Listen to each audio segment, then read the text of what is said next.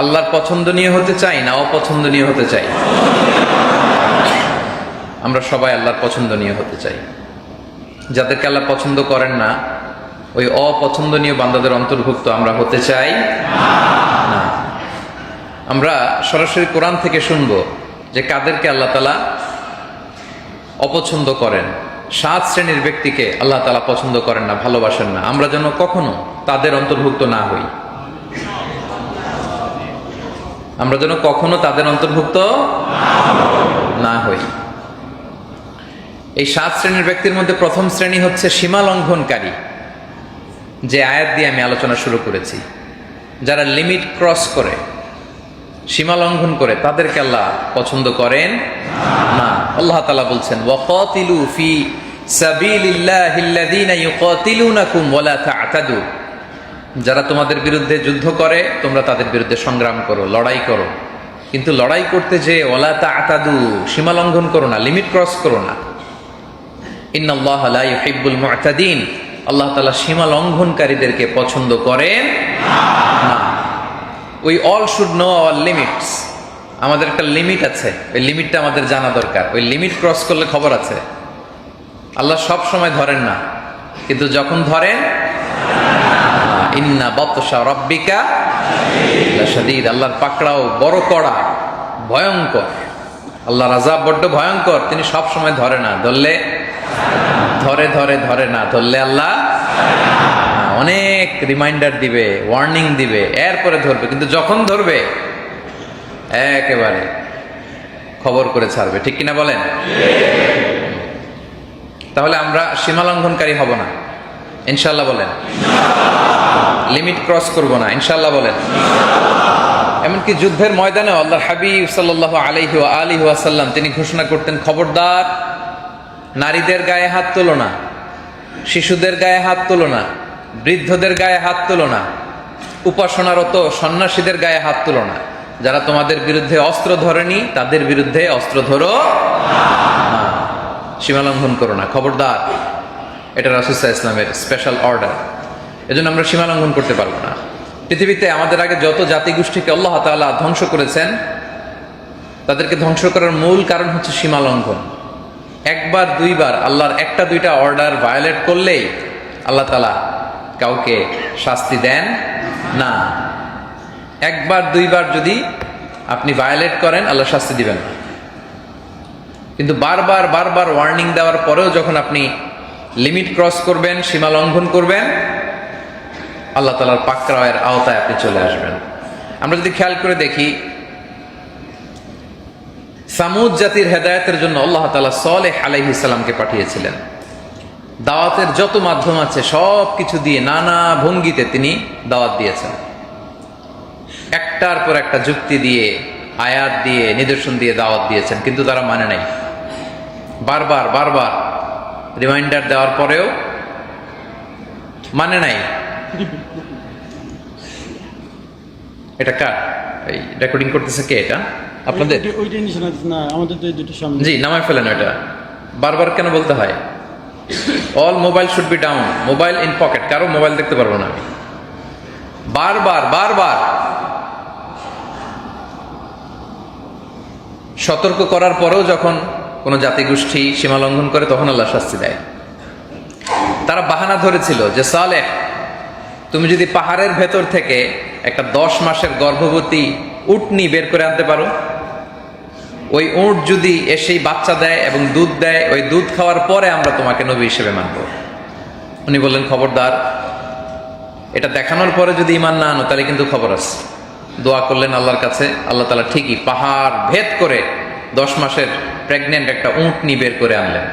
বাচ্চা হলো, দুধ দিল, সবাই দুধ খেলো। দুধ খাওয়ার পরে তারা বলে, সালেহ, তুমি তো অনেক বড় জাদুকর, পাহাড়ের ভেতরে তুমি ম্যাজিক ঢুকাইছো। এখানেই থামে নাই, তারা না কতুল্লাহ, আল্লাহর এই নিদর্শনে উটকে তারা হত্যা করেছে। বলেন, এটা লিমিট ক্রস করছে না? এত কিছু দিয়ে বোঝানোর পরেও, এত নিদর্শন দেওয়ার পরেও, তাদের মন মতো উট দেখানোর পরেও তারা আল্লাহর নিদর্শনকে যখন হত্যা করেছে তখন আল্লাহ তাদেরকে পাকড়াও করেছেন। রজফা, সয়হা, প্রচন্ড বজ্র নিনাদ, শব্দ নিনাদ। সাইয়েদনা জিবরিল আলাইহিস সালাম এমন এক চিৎকার মেরেছেন,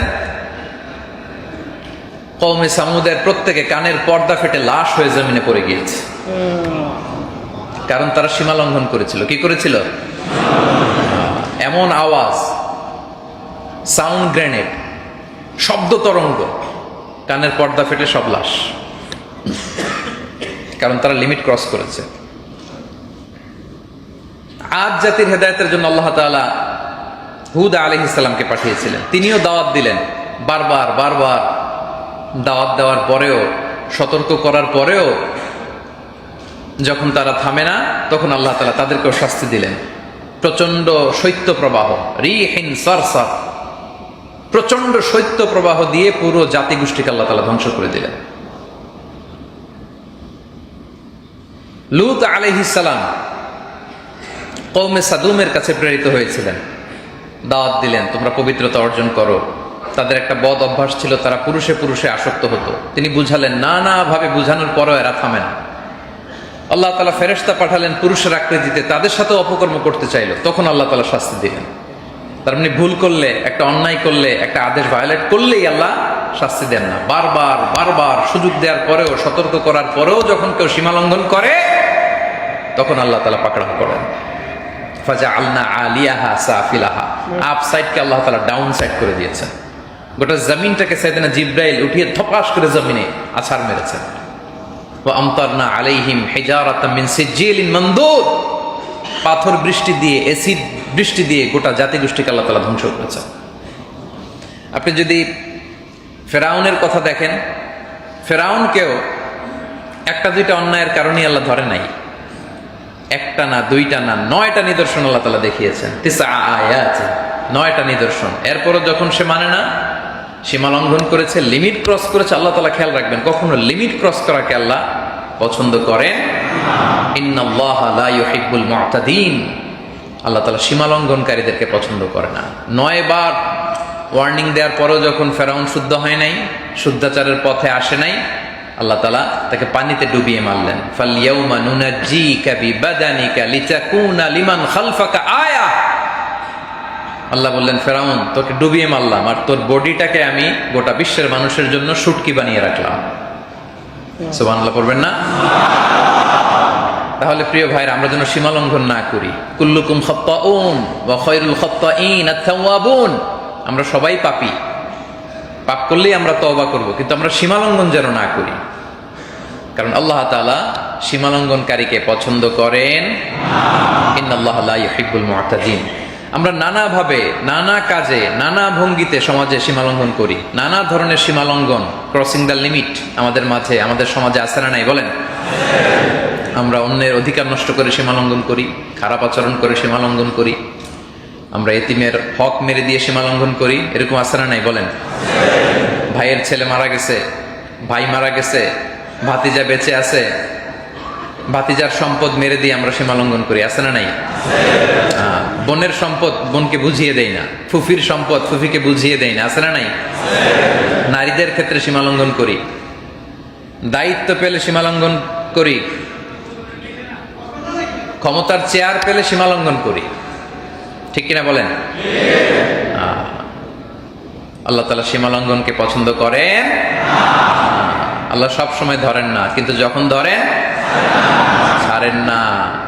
এজন্য এটা আমাদের জন্য রিমাইন্ডার, কোনো ক্ষেত্রে আমাদের জীবনে, পারিবারিক কাজে, সামাজিক কাজে, রাষ্ট্রীয় কাজে আমরা যেন সীমা লঙ্ঘন না করি। আমরা অনেকে ইবাদতেও সীমা লঙ্ঘন করি, আছে না নাই? আল্লাহ রাসূল সাল্লাল্লাহু আলাইহি ওয়াসাল্লাম যেভাবে শিখিয়েছেন ওইভাবে ইবাদত করতে হবে, ওইভাবে সালাত করতে হবে, ওইভাবে জিকির করতে হবে, ওইভাবে দোয়া করতে হবে। আপনার মন মতো করলে হবে? দেখবেন বাংলাদেশে দেখা যায় জিকির করতেছে, লাফাচ্ছে, গান গাচ্ছে, এরকম আছে না নাই? এগুলো হচ্ছে ইবাদতের সীমা লঙ্ঘন। এটা করা যাবে? আপনার মন মতো ইবাদত করলে হবে। আপনি মধ্যম পন্থার সাথে আল্লাহ রাসূল সাল্লাল্লাহু আলাইহি ওয়াসাল্লাম যেভাবে শিখিয়েছেন ওইভাবে করতে হবে, তাইলে কবুল করবে কে? তাহলে সাবাআতুন লা ইউহিব্বুহুমুল্লাহ, এমন 7 শ্রেণীর ব্যক্তি যাদেরকে আল্লাহ পছন্দ করেন না। এর মধ্যে প্রথম শ্রেণী হচ্ছে আল মুআতাদুন, মানে সীমা লঙ্ঘনকারী। আমরা সীমা লঙ্ঘনকারী হতে চাই না, ঠিক কিনা? তাহলে সীমালঙ্ঘনকারীকে আল্লাহ তাআলা ভালোবাসেন না বা পছন্দ করেন না।